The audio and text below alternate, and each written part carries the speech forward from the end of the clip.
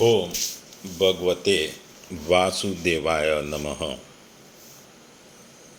ભાગવત કથા સ્કંદ ત્રીજો. આ ત્રીજા સ્કંદનો 32મો અધ્યાય. આ ત્રીજા સ્કંદનો 32મો અધ્યાય જે કપિલ મુનિ કપિલ ગીતા સંભળાઈ રહ્યા છે, એમાં જે જુદા જુદા માર્ગો મનુષ્ય દ્વારા અપનાવવામાં છે એની ગતિનું તથા ભક્તિયોગ એ જે શ્રેષ્ઠ છે એની વાત કરવામાં આવી છે. આપણે જોઈએ કે સામાન્ય રીતે એક શહેરથી આપણે બીજા શહેર જવું હોય તો ઘણા બધા રસ્તા હોય છે. એક રસ્તો એવો હોય છે કે આપણે ઘરેથી એરપોર્ટ જઈએ, એરપોર્ટથી પ્લેનમાં એ શહેરમાં પહોંચીએ, એ શહેરના એરપોર્ટથી જ્યાં જવું હોય તે ઘરે પહોંચીએ. બીજી વસ્તુ રેલવે દ્વારા. રેલવેથી બી તમે ઘરેથી રેલવે સ્ટેશન જાઓ, રેલવે સ્ટેશનથી જ્યાં જવું હોય એના સ્ટેશને ઉતરી ત્યાંથી જ્યાં જવું હોય ત્યાં જવાય. એ રીતે પબ્લિક ટ્રાન્સપોર્ટની બસ હોય એના દ્વારા પણ તમે જે બસ અડ્ડો હોય ત્યાં જવું પડે, ત્યાંથી બસમાં બેસી અને બીજા શહેર પહોંચીએ, ત્યાંના બસ અડ્ડા પર ઉતરી ત્યાંથી તમારે ઘરે જ્યાં જવાનું હોય ત્યાં જાઓ. એટલે આ બધી રીતે તમે શહેરમાં જે સ્થળે જવું હોય તો તમારે બસ દ્વારા જાઓ તો બસ સ્ટેશન, બસ એપ પર આધાર રાખવો પડે. રેલવે સ્ટેશન, રેલવે જાઓ ત્યારે રેલવે સ્ટેશન, રેલવે એના ઉપર આધાર રાખવો પડે. અને પ્લેન દ્વારા જાઓ તો પ્લેન એરપોર્ટ જવું પડે, પ્લેનમાં બેસવું પડે. આ જ પ્રક્રિયા ચાલુ રહે. પણ જો તમે જાતે પોતાની ગાડીને લઈને જાઓ તો તમારે railway station, bus station, airport એવું જવું ના પડે. તમે ગાડી ચલાવી સીધા એ શહેરમાં જે સ્થળે જવું હોય ત્યાં જવું પડે. અને એ ગાડી તમારી પોતે ચલાવતા હોય તો તમારે કોઈના ઉપર આધાર ના રહે. એવી રીતે અહીં મોક્ષની બી વાત જે આપણે કરીએ છીએ, મોક્ષમાં પણ ઘણા બધા રસ્તા છે, ઘણા બધા યોગ છે કે તેના દ્વારા આપણે મોક્ષ પ્રાપ્ત કરીએ. મોક્ષ પ્રાપ્ત કરવાના ઘણા બધા છે. જ્ઞાન યોગ છે, હઠ યોગ છે, કર્મયોગ છે અને એક ભક્તિ યોગ છે. કપિલદેવ જે પોતાની માતાને સમજાવી રહ્યા હતા, જણાવી રહ્યા હતા, જે ભક્તિની વાતો કરતા હતા, ત્યારે એમણે કીધું હતું કે ગુણ અનુસાર ભક્તિ જુદી જુદી 3 ગુણોથી પ્રભાવિત હોય છે. ભક્તિ માર્ગ, આ બધી જે વાતો કરવી હતી એમાં જે તામસી ભક્તિ, રાજસી ભક્તિ, સાત્વિક ભક્તિ અને નિર્ગુણ ભક્તિ, આમાં જે નિર્ગુણ ભક્તિ, જે શુદ્ધ ભક્તિ છે એની ભગવાને વાત કરી હતી. ભક્તિ જ્ઞાન સાથે, વૈરાગ્ય સાથે સંકળાયેલી છે ને ભક્તિ દ્વારા અંતિમ ફળ મુક્તિ હોય છે, મોક્ષ હોય છે. ભગવાને કપિલ મુનિએ અહીં ખાસ કરીને ભક્તિ માર્ગ એટલે જે આત્મસમર્પણ ભગવાનને કરીએ એની વાત કરી છે. જ્યારે માતા પ્રશ્ન કર્યો હતો કે ભાઈ આ બધી પ્રકૃતિને પુરુષનું તો વાત કરી, પણ ભક્તિ યોગ જે સમજાવ એને મને ડિટેલમાં સમજાવ, ત્યારે કપિલ મુનિએ કીધું કે માતા, સાધકના હૃદયમાં પ્રકૃતિ પણ અનુકૂળ બનીને, જે પ્રકૃતિ હોય એ પણ અનુકૂળ બનીને તેના જીવનમાં ઉત્કર્ષમાં ઉપયોગી બને છે. સાધકના મનોબળ અનુસાર, જે મનોબળ એના અનુસાર ભક્તિ યોગના અનેક પ્રકાર હોય છે. જેમ કે સ્વભાવ અને ગુણોના ભેદથી મનુષ્યના ભાવમાં પણ વિવિધતા જોવા મળે છે, એમ ભાવ જે ભગવાન સુધી પહોંચવાના જે માર્ગો છે એમાં પણ વિવિધતા જોવા મળે છે. આપણે આગળ વાત કર્યું હતું એક ગામથી બીજા ગામ કે શહેર જવું હોય એમ જુદા જુદા, એવી રીતે જ પર્વતારોહણ પણ જુદા જુદા માર્ગ હોય છે. કોઈ વહેલા મોડા પર્વત ઉપર શિખર પૂજી જાય, કોઈક વહેલો પહોંચી જાય. એવી જ રીતે આ જુદા જુદા ભાવ દ્વારા ભગવાન સુધી પહોંચાય છે. એટલે કે સ્વભાવ અને ગુણોના ભેદથી મનુષ્યના ભાવમાં પણ વિવિધતા આવતી જાય છે. ટૂંકમાં કહીએ તો ભક્તિ માર્ગ માટે કોઈ ચોક્કસ પ્રકારની વ્યાખ્યા આપીને આપણે આગળ લઈ જઈ શકતા નથી. ભગવાને કપિલ મુનિએ ભક્તિના 4 માર્ગ બતાવ્યા હતા. આ માર્ગ દરેક વ્યક્તિ માટે જરૂરી છે. ભક્તિ માર્ગ દ્વારા જ ભક્તનું એક કલ્યાણ થાય છે. ભક્તની કક્ષા પ્રમાણેના જ ભેદ છે, તેમજ ના ભાવ અનુસાર પણ અસંખ્ય ભેદ હોય છે. ભલે ગમે તે કરનારી ભક્તિ હોય, પણ કઈ કક્ષાની છે એ પ્રમાણે ભગવાને કપિલ મુનિએ 4 ભાગ પાડ્યા હતા: હીન કક્ષાની, મધ્યમ માર્ગની, ઉત્તમ માર્ગની અને સર્વોત્તમ માર્ગની. જેમ આપણે આગળ કહ્યું એમ તામસી ભક્તિ, રાજસી ભક્તિ, સાત્વિક ભક્તિ અને નિર્ગુણ એ જે શુદ્ધ ભક્તિ, જે ઉત્તમ સર્વોચ્ચ માર્ગ છે. તામસી ભક્તિનો નિકૃષ્ટ માર્ગ છે. ભગવાન કહે છે કે તામસી ભક્તિ કરતાં ચડિયાતી રાજસી ભક્તિ છે, પછી એના કરતાં ચડિયાતી સાત્વિક ભક્તિ છે, અને જે નિકૃષ્ટ એટલે કે એકદમ શુદ્ધ ભક્તિ એ નિર્ગુણ ભક્તિ એ સૌથી સર્વશ્રેષ્ઠ છે.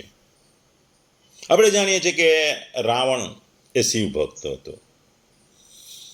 જ્યારે શિવને ભક્તિની વિવિધ વાતો કરે તો રાવણનું નામ ટોચ પર આવે છે.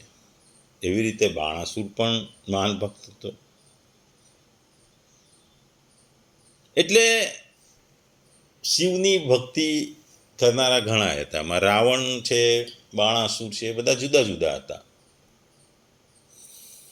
ભક્તિ કરનારને કેવી ઈચ્છા હોય કે ભગવાનની પ્રાપ્તિની હોય, એટલે કે મોક્ષ પ્રાપ્તિની હોય કે મુક્તિનો માર્ગ હોય. ભક્તિ કરનારની એવી ઈચ્છા હોય કે ભગવાન આને મારી નાખે, ભગવાન આને ખરાબ કરી નાખે, એવી ભક્તિ લોકો કરતા હોય છે.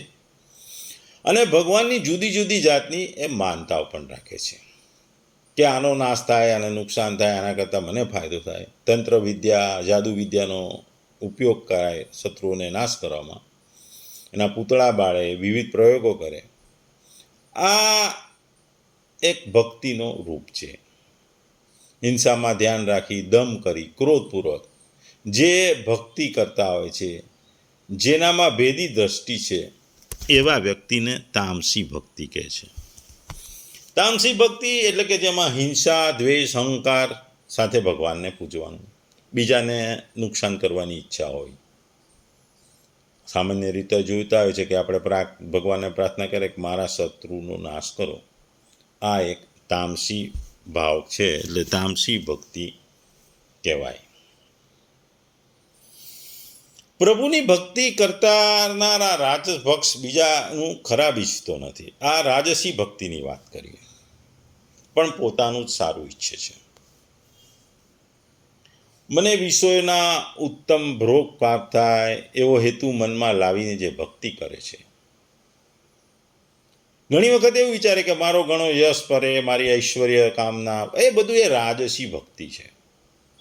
આ બધામાં ભેદ શબ્દ આવે છે. તામસ, રાજસ એ સાત્વિક ભક્તિ એમ ખામી છે, કારણ કે એનામાં ભેદ દ્રષ્ટિ છે. રાજસ ભક્તિ મૂર્તિઓની પૂજામાં લાગેલું હોય છે, અને એનામાં પૃથક ભાવ હોય છે, જે તેથી ભેદ દ્રષ્ટિ હંમેશા રહેતી હોય છે. જગત, જીવો અને પરમાત્માને જુદા જુદા માને છે, એને આપણે ભેદદર્શી છે. તમે એમ માનતા હોય કે જગત નશ્વર છે, કે જીવોમાં ઈશ્વરનો અંશ નથી, કે જીવો એક જુદી સત્તા છે, તો તે ભેદ દ્રષ્ટિ કહેવાય. રાજસ ભક્ત પૃથક ભાવ હોવાથી એની ભક્તિ સગુણ છે. ટૂંકમાં ફળની આશા સાથે જે આપણે પૂજા પદ્ધતિ અપનાવીએ રાજસી ભક્તિ છે. આપણે એમાં ખાસ કરીને ધન છે, પ્રસિદ્ધિ છે, યશ એના માટે હોય છે. સામાન્ય રીતે જોતા હોય કે વેપારીઓ, ધંધાદારીઓ ભગવાનની ભક્તિ પોતાના ધંધાને વધારવા કરે છે. એ આ રાજસી ભક્તિ આવે. પછી સાત્વિક ભક્તિનું સ્વરૂપ.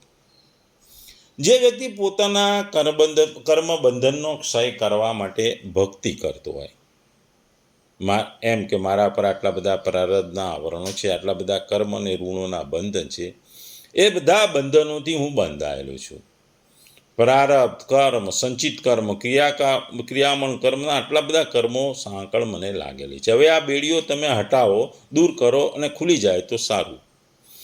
એવી ભાવનાથી જે ભક્તિ કરે છે એ સાત્વિક ભક્તિ છે. એ સાત્વિક ભક્તિ છે એટલે કે પોતે જે કર્મ કરે તે સગળા ઈશ્વર માટે કરે છે. એટલે જ સાત્વિક ભક્તિ પોતાના સત્કર્મ પ્રભુને સમર્પણ કરવાની ભાવથી કરે છે. પૂજા કરે કે ઉપાસના કરે, પાઠ કરે, જાપ કરે અને પોતાનું કર્તવ્ય સમજીને કરે. એને ફળની અપેક્ષા નહીં, પણ કર્તવ્યની ભાવનાથી કરે, ધર્મ સમજીને કરે. આટલો સમય ઈશ્વરનું ભજન કરવું પડે, નામ લેવું પડે, રટણ કરવું પડે, માળા આટલી દિવસમાં ફેરવીએ, આ બધું કરવું પડે, એ મારો ધર્મ છે, મારું કર્મ છે, એ એમ કરીને કરે એ સાત્વિક ભક્તિ છે. આમાં પણ ભેદબુદ્ધિ તો છે જ, ભેદબુદ્ધિ તો છે જ, પણ એ સગુણ ભક્તિ કહે છે. ટૂંકમાં શાંતિ, શુદ્ધિ અને પુણ્ય માટે જે ભક્તિ કરે છે, પરંતુ એમાં કેવો મને લાભ મળે એવો થોડો સૂક્ષ્મ ભાવ હોય છે. આપણને એમ થાય કે માણસ કંટાળી ગયો હોય અને દુઃખીથી ઘેરાયેલો, તો મનની શાંતિ માટે કરે એ સાત્વિક ભક્તિ છે. કપિલ ભગવાનના પછી આગળ જે વર્ણન કરે છે સર્વોત્તમ ભક્તિ, જે નિર્ગુણ ભક્તિ છે એની વાત કરે છે. જે રીતે ગંગાજીનું જળ નિરંતર સમુદ્ર તરફ જાય છે, તેવી જ રીતે જેમના હૃદયમાં સદા નિવાસ કરનાર પ્રભુના ગુણોથી પ્રભુ તરફ સદા વહેતા રહે હોય, એને કોઈ પણ પ્રકારના અન્ય ભાવથી ભગવાનની ભક્તિ કરે તેને સર્વોત્તમ નિર્ગુણ ભક્તિ કહે છે. કારણ કે નિર્ગુણ ભક્તિ અખંડિત ભક્તિ છે. અખંડિત ભક્તિનો અર્થ થાય જે ભક્તિ ખંડિત થયા વગર સતત ચાલ્યા કરે છે. ટૂંકમાં કોઈ પણ સ્વાર્થ વગર જે ભગવાનની પ્રેમ ભરી સેવા કરીએ, ભગવાન પ્રત્યે નિષ્ઠા અને સમર્પણની ભાવના હોય, એ નિર્ગુણ એટલે કે શુદ્ધ ભક્તિ છે. આપણે જોતા હોય છે કે માતા પોતાના બાળકની સેવા ફળની આશા વગર કરે છે, એ શુદ્ધ ભક્તિ છે. ભક્તિનું અંતિમ ફળ મુક્તિ છે, આપણે જાણીએ છીએ. કપિલ ભગવાન કહે છે કે મૂળ ભક્તિના બે ભાગ પાડે છે. સગુણ ભક્તિ, જેમાં તામસ, રાજસ અને સાત્વિક ભક્તિ આવે છે, અને બીજો ભાગ છે નિર્ગુણ ભક્તિ. તેમાં ભેદ કે દ્રષ્ટિ નથી. જે નિર્ગુણ ભક્તિ છે, નિર્ગુણ ભક્તિ આગળ આવશે. ભેદ દ્રષ્ટિ હોય તો એ સગુણ થઈ જાય. એટલે ભેદ વગરની જે ભક્તિ છે, એ નિર્ગુણ જે ભક્તિ છે, એ જ વાત છે. નિર્ગુણ ભક્તિનું પ્રથમ લક્ષણ છે અખંડ ભક્તિ. તમે નિર્ગુણ ભક્તિ કરનાર કોઈ ભક્તને પૂછો કે તમે ભક્તિ કેમ કરો છો, તો એ કહેશે મને એનું કારણ ખબર નથી. હું કારણ ખબર નથી, કારણ જાણતો નથી, સમજતો નથી, પણ તેની ભક્તિ જે અખંડ છે, ગંગાના જળની માફક વહ્યા કરે છે. યોગનો વિચાર આગળ કર્યો છે તેમ યોગમાં સ્થિરતા જ્યારે ભક્તિમાં પ્રવાહ છે. એટલે આગળ યોગથી મેળવો તો યોગમાં સ્થિરતા જોઈએ, જ્યારે ભક્તિમાં ભગવાન પ્રત્યેનો પ્રવાહ જોઈએ. સાંસારિક કામોમાં ડૂબી રહીને કોઈ પણ સ્થિતિમાં ચિત્તની ધારા વહ્યા કરે છે. વ્રજની ગોપી દહીં માખણ વેચવા ગયેલી, પણ તેના ચિત્તમાં મુરારીની ચિત્તવૃત્તિ વહી રહી હતી. એ અનાયાસે એના મુખે ગોવિંદ, દામોદર બોલતી હતી. તો એ બતાવે છે કે એમના મનની ધારા કેવી અખંડ રીતે વહેતી હતી. આવી ભાવનાને અખંડ વહેતી ચિત્ત ધારા કહેવાય છે, અને તે અહેતુ ભાવના છે. વૈષ્ણવમાં મહાપ્રભુજી કહે છે કે ભોજન કરે નહીં તો શક્તિ કામ ના આપે, નિંદ્રા ના લો તો અસ્વસ્થ થઈ જાય, અને અસ્વસ્થ થઈ જાવ તો ભક્તિ કરવામાં મુસીબત ઊભી થાય. માટે ભક્તે પોતાના શરીરની ખૂબ જ સંભાળ રાખવી. તેથી જ ભોજનને પ્રભુ સેવા કહી છે. તનુજા સેવા એટલે કે તન શરીર વડે થવાની સેવા. તન સ્વસ્થ હોય તો પ્રભુ સેવા સારી થઈ શકે, અને વિત્ત ધન પૈસો હશે તો વિત્તજા સેવા કરી શકશે, અને મન સ્વસ્થ હશે તો માનસિક સેવા થઈ શકે. આપણામાં કહેવાય છે કે ભૂખીએ ભગવાનનું ભજન પણ ના થાય. એટલે ભગવાન અહીં કહે છે જ, વૈષ્ણવમાં કહેવાયું છે કે ભક્તિ તમારે કરવાની હોય છે, પણ એના માટે તમારે શક્તિની પણ જરૂર છે, સ્વાસ્થ્યની પણ જરૂર છે, ઊંઘની પણ જરૂર છે, તન મન બધું સારું હોવું જોઈએ. જે આપણે નિર્ગુણ ભક્તિની વાત કરી, નિર્ગુણ ભક્તિ પ્રાપ્ત કરવા માટે મનુષ્ય નિષ્કામ ભાવે શ્રદ્ધાપૂર્વક, એટલે નિષ્કામ ભાવ તો ખરો પણ શ્રદ્ધાપૂર્વક પોતાના કર્મોમાં હિંસા કે ક્રોધ ના આવે તે માટે સાવધાન રહેવું જોઈએ. ભગવતના સ્વરૂપના જે દર્શન છે, સ્પર્શ છે, સ્તુતિ અને વંદના કરતા રહેવું જોઈએ. સર્વ પ્રાણીઓમાં ભગવત ભાવ રાખવો જોઈએ. ભેદભાવ વગર વાત કરે છે. ભૂતેષુ મદ ભાવના, આ બધા નિર્ગુણ ભક્તિને પ્રગટ કરનારા લક્ષણો છે. આપણે કહેવાયું છે કે સર્વ પ્રાણીઓમાં પ્રભુ વસે છે. એટલે આ પ્રભુ સર્વ પ્રાણીઓમાં વસે છે. એના માટે તુલસીદાસ કહે છે કે સિયારામ મય સબ જગ જાની, કર હું પ્રણામ જોરી જુગ પાની. હું આખા વિશ્વને સિયારામ માનું છું, સિયારામમય માનું છું. ગીતામાં પણ ભગવાને ભક્તિનું વર્ણન કરતા કહ્યું છે બધું જગત વાસુદેવના રૂપમાં છે. આ બધું ઉચ્ચ કોટી છે. તે માટે કહે છે તમારાથી જે ઉપર છે બધા લોકોનું સન્માન કરો, તમારાથી જે સમાન છે એની સાથે મિત્રતા રાખો, અને તમારાથી નીચે છે એને વર્તમાન સ્થિતિ પર દયા રાખો. નિર્ગુણ ભક્તિમાં પણ 4 ભાવ રહેલા હોય છે. એક તો આધ્યાત્મિકનું શાસ્ત્રોનું શ્રવણ કરવું, ભગવાનના નામનું સ્મરણ કરવું, સકીર્તન કરવું અને મન અતિ સરળ રાખવું. સજ્જનોનો સંગ કરવો, અહંકારનો ત્યાગ કરવો, અનુષ્ઠા કરવી, ચિત્તને શુદ્ધ કરવું, ભગવાનના ગુણોનું ગાન ગાવું. શ્રવણ કરવાથી ચિત્ત પ્રભુમાં લાગી જાય છે. આ બધા ભક્તિના સાધનો છે. એટલે ભગવાન કહે છે કે ભક્તિ કરવી હોય તો ભક્તિ કરવા માટે ભક્તે ભગવાનની કથા સાંભળવી, કીર્તન કરવું, અહંકારનો ત્યાગ કરો, સારી સંગતિ રાખવી. આ ભક્તિ મનને શુદ્ધ કરે છે. અને મન શુદ્ધ થાય એટલે ભક્તિ સરળ થાય. સગુણ ભક્તિની જે ખામીઓ હતી એ ખાસ કરીને જળ મૂર્તિ જે પૂજાનો વિરોધ કરે છે. મૂર્તિ પૂજાઓની જળ ભાવનાનો વિરોધ છે. સગુણોમાં તામસ, રજસ અને સાત્વિકમાં પણ ખામીઓ છે. આમાં પુરુષાર્થ ભાવ છે. ત્યારે માતાને કપિલ મુનિ કહે છે માતા સર્વ પ્રાણીની અંદર ઈશ્વર છે, ઈશ્વર બિરાજમાન છે. માટે જે લોકો સર્વવ્યાપી એવા પરમાત્માનો અનાદર કરી કેવળ મૂર્તિમાં જ મારી પૂજા કરે છે, એની પૂજા તે પૂજા નથી, પરંતુ કેવળ દંભ છે, ઢોંગ છે, પાખંડ છે, નાટક છે, બીજું કાંઈ નથી. પરંતુ માનવી અન્ય માનવીનો આદર કરવો જોઈએ. જો તમે એક મૂર્તિમાં પરમાત્મા અનુભવતા હોય, એની આગળ ઝૂકીને પ્રણામ કરતા હોય, તો તમને જીવતા માણસમાં પણ ભગવાન કેમ નહીં દેખાતા? અચેતનમાં ઈશ્વર દેખાતા હોય તો ચૈતન્ય છે એમાં ઈશ્વર કેમ દેખાતો નથી? મૂર્તિ પૂજામાં એટલે અહદ સુધી અતિરેક ન કરીએ કે તે અંગે ધ્યાન રાખવું જરૂર છે. વૈષ્ણવ ધર્મમાં મહાપ્રભુજીએ કીધું કે ઠાકોરજી આપને ત્યાં પ્રસન્નતાપૂર્વક આરોગ્ય, તેનું પ્રમાણ શું? ત્યારે મહાપ્રભુજીએ કીધું કે આપણે જો કોઈ વૈષ્ણવ અચાનક આવીને અતિથિ રૂપે આવે તો આપણને ત્યાં પ્રસાદ લે તો માનું કે આપણે ત્યાં ઠાકોરજી ખૂબ પ્રીતિથી આરોગી ગયા છે.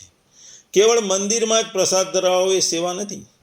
વૈષ્ણવમાં પ્રસાદ આપજો, ભગવત ભાવપૂર્વક પ્રસાદ લેવડાવો, ત્યારે જ તમારી સેવા પૂર્ણ ગણાશે.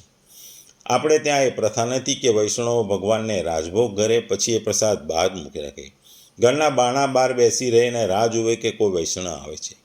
500 વર્ષ પહેલાં જે પદ્ધતિ હતી એ આ હતી. એ જમાનામાં નાના ગામોમાં રહેતા વૈષ્ણવો પોતાના બારણા બહાર ઊભા રહે અને રાહ જુએ કે કોઈ વૈષ્ણવ આવે છે, કોઈ સાધુ સંત આવે છે, કોઈ અભ્યગત અથવા અતિથિ આવે છે, તો એ પહેલો એમને પ્રસાદ લેવડાવો અને પ્રસાદ લેવડાવ્યા પછી એ પોતે પ્રસાદ લે. આ પ્રથા હતી. પ્રભુના દર્શન કેવળ મૂર્તિમાં નહીં પરંતુ માનવ માત્રામાં છે એ સમજો. કેવળ મૂર્તિ પૂજામાં લાગ્યા રહે અને હું પરમેશ્વરનો અંશ છું એ વાત મોહ ભરેલી છે, ભૂલ ભરેલી છે, અને એ ઉપાસના છે. એ માત્ર ઉપાસના છે. એવા યજ્ઞો, એવા બધી વસ્તુઓ નકામી છે. એવી જ રીતે લોકો આ જગતમાં રહેલા જીવો પરમાત્માનો નિષેધ કરી કેવળ જળ મૂર્તિમાં જ ઈશ્વર છે એમાં રચ્યા પચ્યા રહેતા માનવીઓની ક્રિયા અને પૂજા પણ નિરર્થક છે. આપણે લોકો ઘણીવાર આવી ભૂલો કરીએ છીએ અને કેટલીક વાર લોકો મૂર્તિ પૂજાની ઘેલછા રાખે છે. ત્યારે કપિલ ભગવાન કહે છે કે વિદ્યા અને વિનયયુક્ત પવિત્ર બ્રાહ્મણમાં તમે જે પ્રભુ જુઓ છો એ સૃષ્ટિના તમામમાં જુઓ. તેથી જ કપિલ ભગવાન અહીં કેવલમ શબ્દ વાપર્યો છે. તેથી કહે છે કે જે માનવી કેવળ મૂર્તિ પૂજામાં લાગેલો છે એને જગતમાં કાંઈ પ્રભુના દર્શન થતા ન હોય તો એ જડતા છે, એ ઘૂમે છે. જે માનવી બીજાનો દ્રોહ કરે છે તેના મનમાં ક્યાંય શાંતિ મળતી નથી, સુખ નથી મળતું, કારણ કે તે દુઃખ તમે પ્રભુને આપો છો અને પ્રભુ સૌથી અંદર વાપેલો છે. તો પ્રશ્ન થાય કે આપણને મનની શાંતિ મેળવવી કેવી રીતે? શાંતિ જો તમારે મેળવવી હોય તો બીજાને પણ શાંતિ આપો, સુખ આપો, સ્નેહ આપો, તો પણ તમને શાંતિ, સુખ અને સ્નેહ પ્રાપ્ત થશે. તમે જે આપો છો એ જ તમને પાછું મળે છે. આપણને ખબર છે, કર્ણની જે કથા યાદ કરીએ, કર્ણનું મૃત્યુ થયું, સ્વર્ગમાં ગયો, ત્યાં એને સોનાનો મહેલ, સોનાનો પાટલો, સોનાના હિંચકા, સોનાના ઉત્તમ આભૂષણ મળ્યા. ભૂખ લાગી તો સોનાની થાળી આવી, થાળીમાં મોહનથાળ, પૂરી, ભોજન, સગળી ભોજન સામગ્રી સોનાની હતી. ત્યારે કર્ણને કહેવામાં આવ્યું કે તમે બધાને માત્ર સોનાનું જ દાન કર્યું છે, માટે તમને બધી વસ્તુ સોનાની જ મળશે. કર્ણ રાજાને દુઃખ થતું. ધર્મરાજાને કહ્યું તમે તમારી આંગળી મોંમાં રાખી ચૂસો તો તેને મિષ્ટાનનો સ્વાદ મળશે, પણ પૂર્ણ ભોજન ખાધાનો સંતોષ થયો. પણ પછી કર્ણે ધર્મરાજાને પૂછ્યું આ શું ચમત્કાર છે? ત્યારે ધર્મરાજા કહે છે કોઈ સ્થળે અન્ન ક્ષેત્ર ચાલતું હોય ત્યાં તમે આંગળી ચીદીને એક ગરીબ માણસને ત્યાં જવા કહેલું, એટલે એ અન્ન ખાતું એથી તમને આંગળી ચીદ્યાનું પુણ્ય મળ્યું. આવી આંગળી ચીદ્યાના પણ ફળ મળે છે, એટલે જ જેવું આપો તેવું મળશે. આપણે જાણીએ છીએ કે ભ્રમ સર્વત્ર છે. જો સર્વત્ર ભ્રમ હોય, અનુભવ થાય, પછી તો શું? જો ના થાય ત્યાં સુધી તમે પૂજા કરો, પરંતુ જ્યારે ભ્રમ હોવાનો અનુભવ થઈ જાય ત્યારે પૂજા પાઠ વગેરેની જરૂર રહેતી નથી. પછી તો એ કંઈ થાય એ પૂજા જ બની જાય છે. તે એક ઉપરની કક્ષા છે. જ્યાં સુધી તે કક્ષાએ ન પહોંચો ત્યાં સુધી મૂર્તિ પૂજાને બધા જ સાધનો જીવનમાં સ્વીકારવા જોઈએ. જીવનમાં ઊંચામાં ઊંચી આપણે વાત કરી શ્રેષ્ઠ એ ભક્તિ છે. આપણે જોઈએ છીએ કે જીવોમાં મનુષ્યને શ્રેષ્ઠ માનવામાં આવે છે. એમાં એવી 4 વર્ણમાંથી બ્રાહ્મણને ઉત્તમ, તેના કરતાં વેદને જાણનાર બ્રાહ્મણ ઉત્તમ, એના કરતાં વેદના તાત્પર્યને જાણનાર ઉત્તમ, તાત્પર્યને જાણનાર કરતાં સંદેહનું નિવારણ કરનાર ઉત્તમ, અને તેના કરતાં સ્વધર્મનું પાલન કરે તે ઉત્તમ, અને એનાથી વધારે સૌથી એટલે દેહાભિમાન રહિત નિષ્કામવાળો એ વ્યક્તિ છે એ સૌથી શ્રેષ્ઠ છે. એમ ભક્તિમાં પણ જે નિષ્કામ ભક્તિ કરે છે, શુદ્ધ ભક્તિ કરે છે, એ જ શ્રેષ્ઠ છે. આપણે જોઈએ છે કે આ અધ્યાયમાં ભક્તિની વાત કરવામાં આવી છે કે ભક્તિ, શુદ્ધ ભક્તિ એ શ્રેષ્ઠ છે. ભક્તિ વગર દુનિયામાં મુક્તિ મળતી નથી. મુક્તિ એ એટલે શું? કે મુક્તિ એટલે કે તમે જન્મ મરણના ચક્રમાંથી બહાર નીકળી જાઓ. એ જન્મ મરણનું ચક્ર તમને ફરીથી મળે નહીં. મુક્તિ એ સર્વનું છેલ્લું ઈચ્છા હોય છે. મોક્ષ મળે, મુક્તિ મળે. નહીં તો તમારે દર વખતે ફરીથી જન્મ લેતા રહેવું પડે છે. આ જન્મના અને મરણના બંધનમાં બંધાતા રહેવું પડે છે. એટલે આ મુક્તિ માટેનો સર્વશ્રેષ્ઠ માર્ગ ભક્તિ જે નિસ્વાર્થ ભક્તિ એની વાત કરી છે. સગુણ ભક્તિની, નિર્ગુણ ભક્તિની ભગવાને વાત કરી છે. ભક્તિ બધા કરે છે, પણ ભક્તિ જે ભાવ સાથે, ભક્તિના ભાવથી, કશી આશા વગરની ભક્તિ, એ જ ભક્તિની ભગવાન અહીં વાત કરે છે. ભક્તિની જે વાતમાં કપિલ મુનિએ કહ્યું હતું કે એક ઉપાય કરવાથી તમારું બધું સિદ્ધ થઈ જતું હોય તો એ માત્ર ભક્તિ છે. એટલે કંઈ પણ વસ્તુ તમારે જો એક વસ્તુથી જો કંઈ વસ્તુ મળી જતી હોય એ ભક્તિ છે. ભક્તિ આવશે એટલે ઓટોમેટિક તમારા જ્ઞાનમાં વધારો થશે. ભક્તિ આવશે તો વિરક્તિ આવશે. શ્રી ભાગવતના મહાત્મ્યમાં ભક્તિની ઘણી સરસ વાતો છે. ભક્તિ એ માતા છે. જ્ઞાન અને વૈરાગ્ય એના સંતાનો છે. માં આવે તો જ પોતાની આંગળીઓ એના સંતાનોને વળગાડી લેતી આવે છે. માં હશે તો જ એના બાળકો હશે. માં ન હોય તો બાળક ક્યાં હોય? એટલે ભગવાને કપિલે ભક્તિ પર વાત કરી છે. માટે કહે છે કે હે માતા, જો ભગવાનના સ્વરૂપમાં ભક્તિ રહેશે, પ્રભુના ચરણમાં ભજન કરવાની વૃત્તિ રહેશે, તો મનુષ્યનું સર્વથા કલ્યાણ થશે. આ વર્ણન કર્યા પછી ભગવાને ભક્તિ યોગની વાત કરી હતી. ચતુર્વિધ ભક્તિ બતાવી હતી. 3 પ્રકારનો સગુણ યોગ અને એક નિર્ગુણ યોગની માતાને યાદ અપાવી હતી. નિષ્કામ ભક્તિ, મારે સેવાને છોડીને મેં આપેલી 5 પ્રકારની જે મુક્તિ છે હું આપું છું, છતાં સ્વીકારતા નથી. સાલોક્ય, શાસ્તિ, સામીપ્ય, સારૂપ્ય અને સાયુજ્ય છે. આ 5 મુક્તિનો સ્વીકાર કરી અને તેમાં મારી સેવા જ કામના રાખે એવા ભક્તિ યોગની ભગવાને અહીં વાત કરી હતી. એટલે ભક્તિ યોગની આ વાત છે. મુક્તિની વાત જો આપણે કરીશું પણ આતા અધ્યાયમાં કરીશું, પણ ભગવાન કહે છે કે ભક્તો તો મુક્તિ નહીં, આત્યંતિક ભક્તિ માંગે છે. મારા નિર્ગુણ ભક્તોને હું 5 પ્રકારની મુક્તિ આપું છું, છતાં એ સ્વીકારતા નથી. કેવળ એ ભક્તિ સ્વીકારશે છે. ભક્તિના માર્ગે જન્મ અવતાર કરતા રહેશે અને ભક્તિ જ એમની મુખ્ય વસ્તુ હોય છે. જીવવા માટે સર્વશ્રેષ્ઠ ભક્તિ છે. ભક્તિથી વધારે કશું નથી. એ વાત આ અધ્યાયનું મુખ્ય વસ્તુ છે. ભક્તિ કરવાની અને ભક્તિ કરતા રહેવાની. ભક્તિ સિવાય મુક્તિનો કોઈ સરળ માર્ગ નથી. કારણ કે આપણે જાણીએ છીએ કે શરીર નાશવંત છે અને આત્મા શાશ્વત છે. અને આ નાશવંત શરીરને આત્માને જે શાશ્વત છે એ બે જ્યારે જોડાય છે ત્યારે મનુષ્ય બને છે. અને આ મનુષ્ય પોતાની સુખોની શોધમાં ઇન્દ્રિયો સુખો તરફ વળી જાય છે. અને આ સુખ દર વખતે ઈચ્છાઓથી વધતું જાય છે.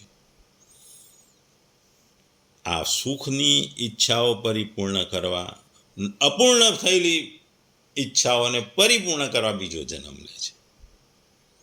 ને આ રીતે જન્મ સુધી જન્મ લીધા કરે છે. એટલે આ શુદ્ધ ભક્તિ કરી અને તમારે અંતિમ ફળ લેવાનું હોય છે. કારણ કે શરીર નાશવંત છે, આત્મા શાશ્વત છે. સાચી ઓળખ હું જ આત્મા છું એવી છે. આપણે જાણીએ છીએ માણસ કપડાં બદલે એમ આત્મા શરીર બદલે છે. આત્મા તો ભટકતો રહે છે. એટલે તમારે આ આત્માને પરમાત્મા સાથે મિલાવવાનું. આત્માનું પરમાત્મા સાથેનું મિલન એટલે મોક્ષ, એટલે કે મુક્તિ.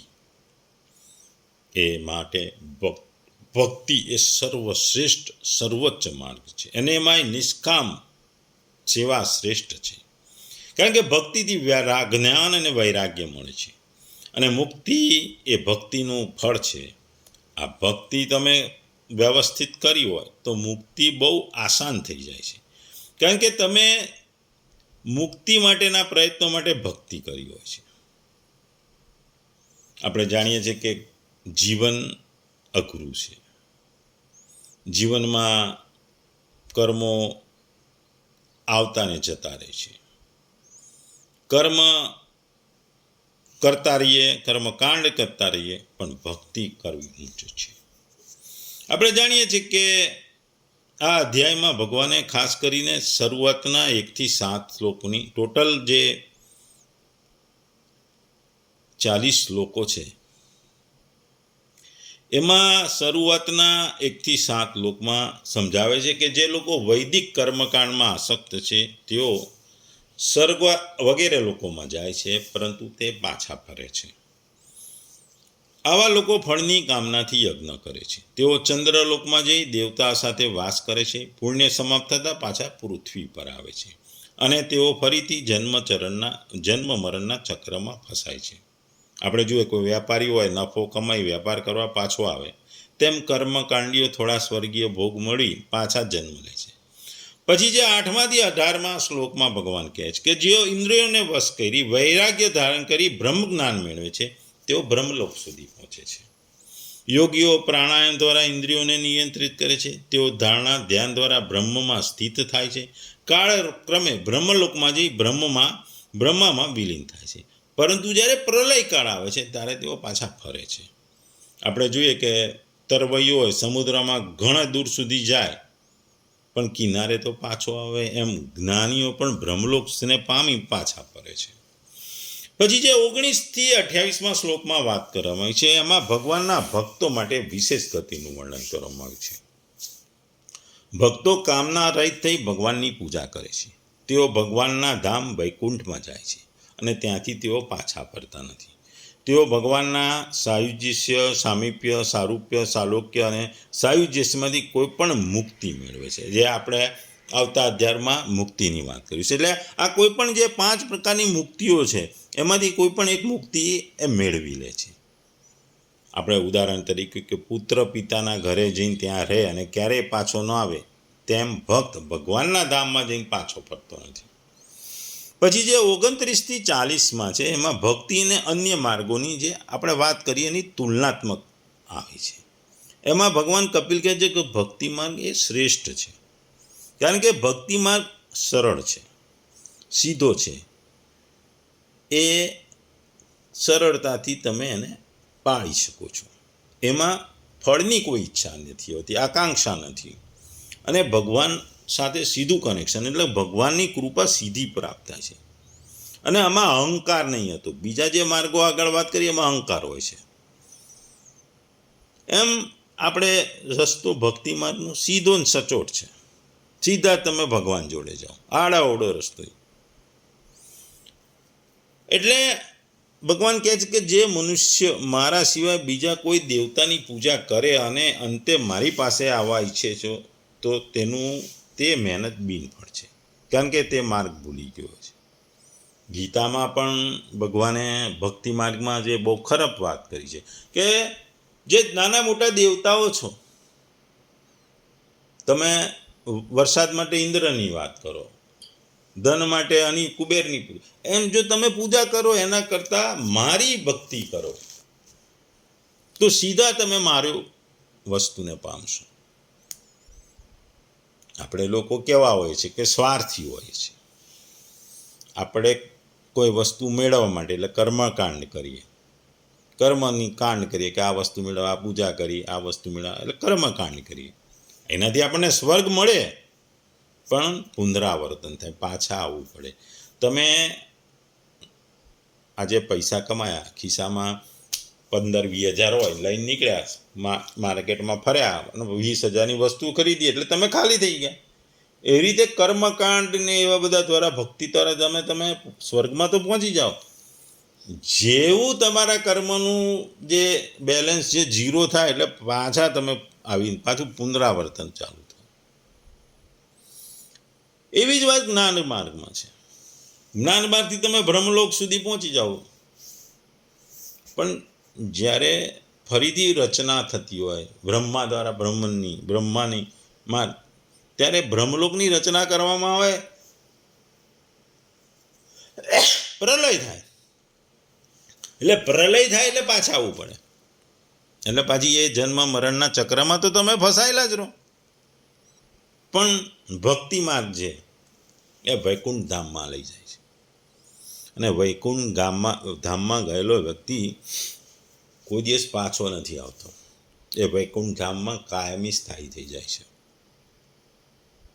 એટલે જો આપણે આ બધી વસ્તુને કોકની જોડે જો કમ્પેરિઝન કરીએ તો કર્મકાંડની નોકરી ધંધા માટે જીવતા લોકો જોડે કમ્પેર થાય. પાછા આવવાનું, રોજ સવાર જવાનું, સાંજે પાછા આવવાનું. જ્ઞાની લોકોની વાત છે માત્ર સિદ્ધાંતોનો અભ્યાસ કરનારી વ્યક્તિઓ પણ છે, કારણ કે એક જ વસ્તુમાં રચ્યા પચ્યા. અને ભક્ત સાચા અર્થમાં જીવનમાં આધ્યાત્મિકમાં ઉતરનાર છે, જે આધ્યાત્મિકતાની ટોચ ઉપર પહોંચી મુક્તિના માર્ગમાં પહોંચી જાય છે. એટલે આ અધ્યાય ખાસ કરીને જે આપણું લક્ષ્ય છે, જીવનનું અંતિમ લક્ષ્ય છે, એ લક્ષ્યની પ્રાપ્તિ માટે જે સરળ, સીધો અને ખૂબ જ કહેવાય ને કે ખૂબ જ જરૂરી માર્ગ છે એની વાત કરી છે. કારણ કે જીવનનું અંતિમ લક્ષ્ય મુક્તિ છે. મુક્તિ ને બીજા અર્થમાં કહીએ તો ભગવત પ્રાપ્તિ. અને એ મેળવવાનો સૌથી સરળ સીધો માર્ગ એટલે ભક્તિ. ઘણા બધા યોગો છે. દરેક યોગ જુદી જુદી રીતે તમને મોક્ષ તરફ લઈ જાય, કે તમને સ્વર્ગમાં લઈ જાય, કે ગમે ત્યાં લઈ જાય. પણ કર્મ હોય, જ્ઞાન હોય કે અષ્ટાંગ યોગ હોય, એ તમને લઈ જાય, પણ એની વસ્તુઓ મર્યાદિત છે. એ બધું તમને મર્યાદિત વસ્તુ આપે છે અને મર્યાદામાં રહીને તમને આગળ વધારે છે. તમારે પાછું તો આવવું જ પડે એની મર્યાદા પૂરી થાય એટલે. ભક્તિ છે ને આ મર્યાદા વગરની વસ્તુ છે, મર્યાદિત વસ્તુ નથી. એટલે એની કોઈ સીમા નથી હોતી, એની કોઈ એક્સપાયરી ડેટ નથી હોતી. એટલે એક્સપાયરી ડેટ ના હોય એટલે પાછા ના આવવું પડે. એટલે ભક્તિ સર્વશ્રેષ્ઠ છે.